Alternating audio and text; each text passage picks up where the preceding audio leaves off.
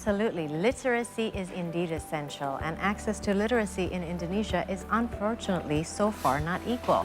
A woman and her partner organized a traveling book festival and book market with affordable prices to help be a solution, helping people across Indonesia to gain more access to literacy. So, without any further ado, let's now welcome author and Pacha Merah founder, Wendy Ariestanty, who's here with us in the studio. Good morning, Wendy. Thank you for joining us. Good morning. Thank you for having me. Thank you so much, Wendy, for coming to our studio. Thank you for having me. This is a great festival because I think this is the first time I've ever heard of a moving or a traveling book festival. So tell us about it. When you first made it or founded in 2019, what was your mission at that time? What was that moment when you decide, actually, we need to do this? That's a long story, Anita. That's a long story. That time. So let me start with the story. I love traveling. And then every time I travel, I always bring books. And I just leave that book on that place that I visit. I put it on the library, on the or reading room, in that place. And then sometimes I conduct a class, writing class for the local, so we can together reading, learning about writing and everything. And I find out that actually they are very have a great enthusiasm about books. They just like, every time I put the books, the kids running over the books, and they want to be the first who read that book. So that's make me realize that actually it's not about they don't want to read the books, but actually there is no books in the room. So how come you asking people to read a book without giving the books? And then suddenly you label them as a generation that don't want to read any books. Illiterate. Yeah, that's a good point. That's a simple story to make, to give you a brief pictures about what I find out in the field, in the road during my travel time. And then I used to work at the publishing group in Indonesia, but then I decided to resign. So I took like 2 years traveling around Indonesia, brought books everywhere, and then just like conducted the class independently because I believe on that. So after that I come back to Jakarta. My my former boss or the owner of the publishing group just like contact me and let's meet up. I just want to know what happened with your life and just talk about everything. And then I shared the story about what I find out during my travel times. So he dropped the bombs. In what way? He asked me, so what's the plan for the next? What you want to do? I had the question then. Because I answered, I want to make a room like a room that for everyone can learn about everything, having the equal access, but it's supposed to be traveling everywhere. Can't be everywhere at once. It's just one. And then I want to invite people to come and then share their knowledge with the other people. And then I imagine there is a book market there, but it's not like a book fair. It's a market, the real market with the books. So people can come, not feeling intimidating, can talk, can share the love of their books and giving recommendation to each other. Lovely. So that's I didn't answer it as a festival. I just said I want to do something like that. But I think it will cost my life, I say. Travel around Indonesia is not... It's expensive. It's not easy. It's not cheap. Bad combination, right? But we love Indonesia, right? So I said that, well, I'm gonna put everything if I want to make it happen, and I should think about it. And then he said, if it is very important for you, then go fight for that. So this is how the Pacha Merah Festival came about. Yes, because he said, maybe if you want to make it happen, then you cannot do it by yourself. You have to invite the other people to do this project. Who are these people that are involved in this project to make it happen? The publishers, of course, right? Because they have a lot of books. And sometimes they have like they can give a books, donate the books. So that's why I have to go to the publishers, the authors. And also, all people that works in the behind the industries. Maybe the editors, maybe the illustrator, maybe the book cover designer. Yes, yes, yes. Wow. And then the other industries, because actually when we talk about books, it's not only book. It's not just about books. Yeah. You see that some books adapted into movie, right? Yes, the movie people. Yes, and then also music. Yes, that's correct. And then let's talk about the new platform, digital era. You read ebooks and something. That's a part of the solution as well, right? So that's why I start contacting them and then telling them about the project, the dream project. Yeah.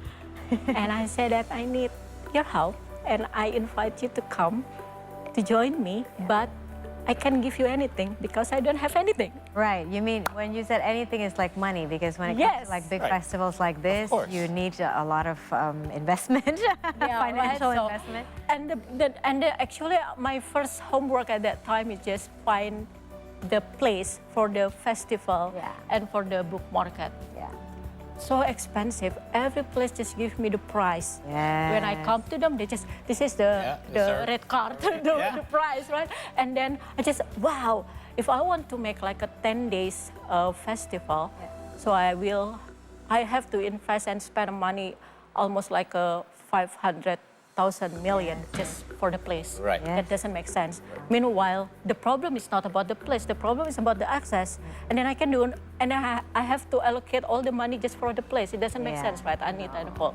So I just look at my phone book and then think, who having a place? My friend that have a place and then willing to give Work it together, to me. or support the event. Yeah. Exactly. So I called my ex-boss again because I remember that. Because he's the one who has the place and money. So what can we expect whenever we go to the Pacar Merah Book Festival? What sort of programs do you have? So many.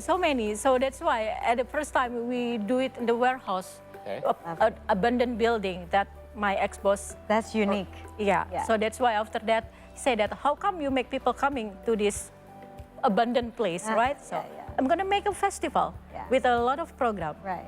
That like a workshop and then book talk and also about like talk show that we call it obrolan pacar and then panggung pacar. So we just invite all the people that they want to show off their talents and then jelajah pacar. What is that, jelajah? It's just like a walking tour. But we want to elaborate with the literacy, with the story and history of the place. So that's why you do your walking tour, but meanwhile you also learning about the story and history about that place. So we try to find the local that having a very good knowledge about the place. Can you give me an example what the place was at that time and what is this history? What was the history behind that place? Kota Tua Semarang. Okay. That's our place in Semarang. Yes. We have our festival in the Kota Tua, the Kota Tua Semarang. There are a lot of stories there, right? So that I try to find out who will be the guide for us to telling the story about this place. So then one friend connect me to another friend, and then after that we talk with the friends of local friends, and then he said that, oh, I can create a story about this, and then he made the route special for us. That's lovely. That's not a way for you to learn about the history about a place, about your place, but in different and unique way. So it's interesting because you call this a literacy festival, where most places are either a book fair, like you've mentioned, or book festival. What do you hope to achieve down the road now that you're established as this kind of mobile festival, as people like to define it? But as a literacy festival, what are you hoping, apart from just giving people access to books? Because you do have a lot of, people from different industries even taking part in this. That's a nice question. So I choose literacy just because I know well it's not about the books anymore. Right. It's about the access to the knowledge, and that's literacy. When we talk about the literacy, it's not about books, it's not about writing, but it's about how you can access the knowledge and using it in your daily life, right? That's literacy. So that's why we choose that, because we think people in everywhere actually that I met. They want to learn something, but they don't have the access. Yeah. So if we can bring the people who have knowledge that want to share the skill with the other people, so we can gather and then the other people can learn about that. That's the main issue actually. So it's not about the books anymore or just the access, but how we can do it together, because we should be the part of the solution, right? So that's the point for us right now. If you want, stop complaining. I don't want to even complain about anything right now, because we thought that if we do it together, we call it gotong royong literasi. Yeah. So you can just like chip in everything, not Everyone only do their part. yes, taking a part, we call it potluck or chipping atau Yes. patungan in bahasa Indonesia, Yes, right? that's It's true. not always about money. It can be your skill. Yeah. It can be your energy. It can be your time. It Yeah. can be your willingness to share that there is pacar merah in this place. Yeah. Please coming. I count it. That's true. We count it as a part of the literacy to let the other people know there is a place that will welcoming you, that you want to learn. We can share. We can do anything together. Make it fun. Why not? Yeah. How many cities have you spread out to or branched out to so far? We started in 2019, and probably it's already 7 or 8. Wow. Oh, And this and- was despite you started right before the pandemic then. Yes. How did that slow you down in any way? Oh, Obviously, because you're not allowed to have festivals for basically the yes. So, in the early of the pandemic, I still remember there was no lockdown at that time, right? So we planned to go to Solo at that time. We already create that, and I already have the local partner in Solo. I still remember the day when I want to go to Solo, suddenly there is an announcement in Oh my media telling us that it's a lockdown. Yeah, You that cannot was do March, anything in March on 20, Yes. 2020. So after that, we just like, oh, no. So we just call everyone that we will have to postpone it, and then we have to wait and see. Yeah. But everything is already set up, right? So all the members in Pacar Merah, we are working remote. Yeah. So using Gmeet, Zoom, Skype, it's familiar for us. Yeah. So at the time I said, actually we can do it virtual. Yeah. So I go to Gmeet, and then I try to learn all the feature in the Gmeet. I talk to my friends that really know about now technology, and then we make the blueprint about virtual. But you don't So- have to do it virtually anymore. You're going to have it live this year, right? Yeah. Face to face. Can you tell us a little bit about it? I know that it's a bit of a secret, but can you tell us what you can tell about this year's Pacar Merah Festival? I cannot tell you, Anita. Just because, just like a Pacar Merah, if you know, Right. Pacar Merah adapted from the name of the main character from the books of Pacar Merah Indonesia, written by Matumona.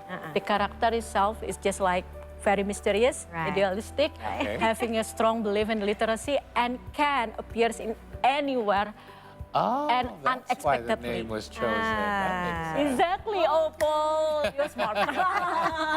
got So that's why I cannot tell you, because But how are you going to get traction? How are you going to get people to come to your we event? are using social media, yes. Okay. And then there's so many people that waiting for the announcement. So just building the hype, basically. Yes, So the more people building don't the know, the less hype, people you know, the know. more they're going to stay Yes, tuned. If you give too much information, people stop listening. I think we are marketing people. There you go. You and me both. Just like that. So I cannot tell you, Yeah. but we have planned in 2023 some points that we want to visit. And I do hope that we can make it Face to face, yeah. and face to face. But is it for adults only, or do you have programs for children? No. So the visitors from the teenager, Yeah, the youngest one is 13. 13. Oh, it's So, okay. That's good. And the oldest one, 65. Oh, There fantastic. you go. No wide range. Yeah. You yourself have actually written a couple of books, The Traveler, Life Traveler, and The It Journeys. was a long It was time 12 years ago. ago. You remember that? That was 12 years ago. How much of a factor did that play into what you're doing now? Very much. Yeah? Very much, because I love traveling. So that's why I make traveling festival and book market, because I love traveling and I love people. I love talking to the And these people. were your travel stories? Yes, then? this is my travel stories.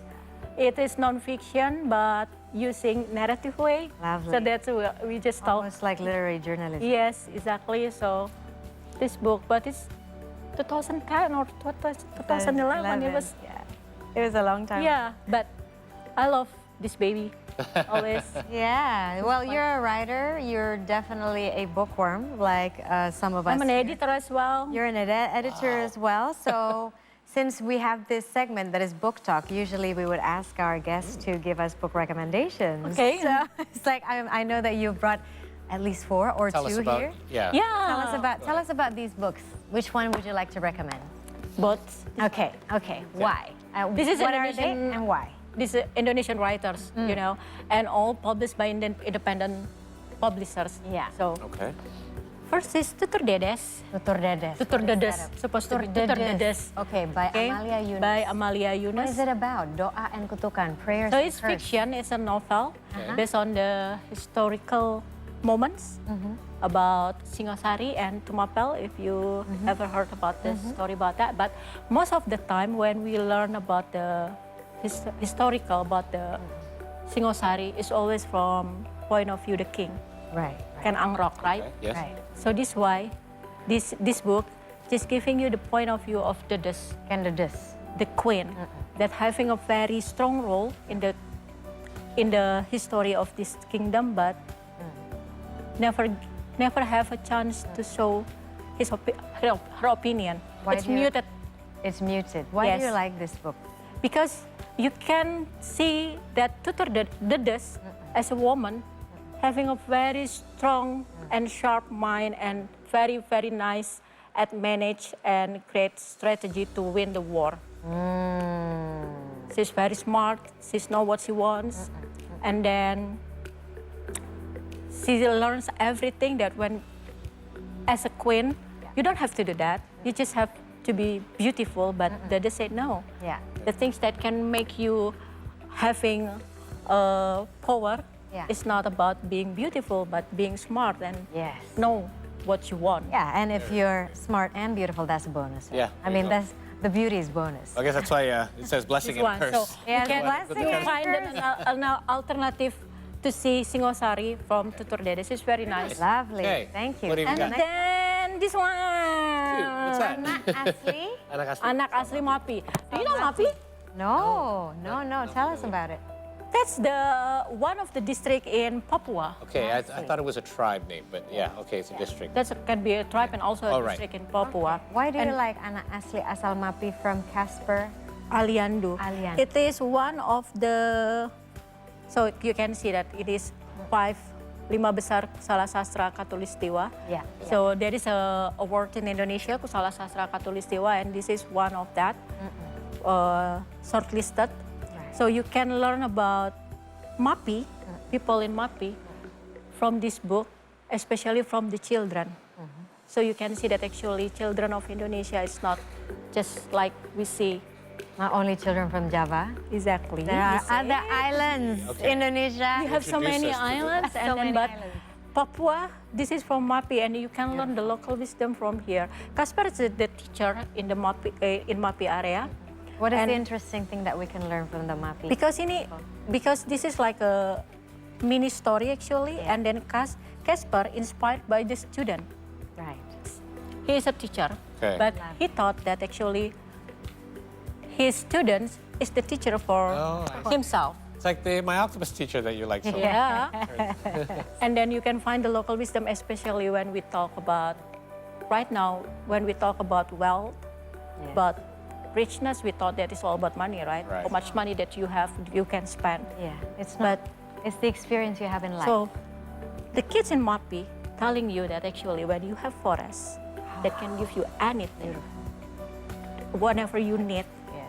that's also the wealth. That's beautiful. Thank you Good so much. The book perspective. recommendation. Yeah, great recommendations, but Yeah, love You can it. read. good thing I didn't have to follow that up. Thank you so much, Thank you so Wendy. much. Thank you, Anita. Thank you, Bye. It's been great chatting Flo. with you. We wish we had more time. Very nice Yeah. talking to you. And I hope you can enjoy those books because Will I'm do. going to leaving it for you. Oh, thank you so much. you so much. Hey, you should take for Ali. Wife or I was thinking it was yeah. This one is for Chichi. Yes, And this one correct. is for Ali, no? It's very yeah. Yeah, Thank exactly. You so much. Thank Really you, do Wendy. Thank you. so much. appreciate it. Oh, so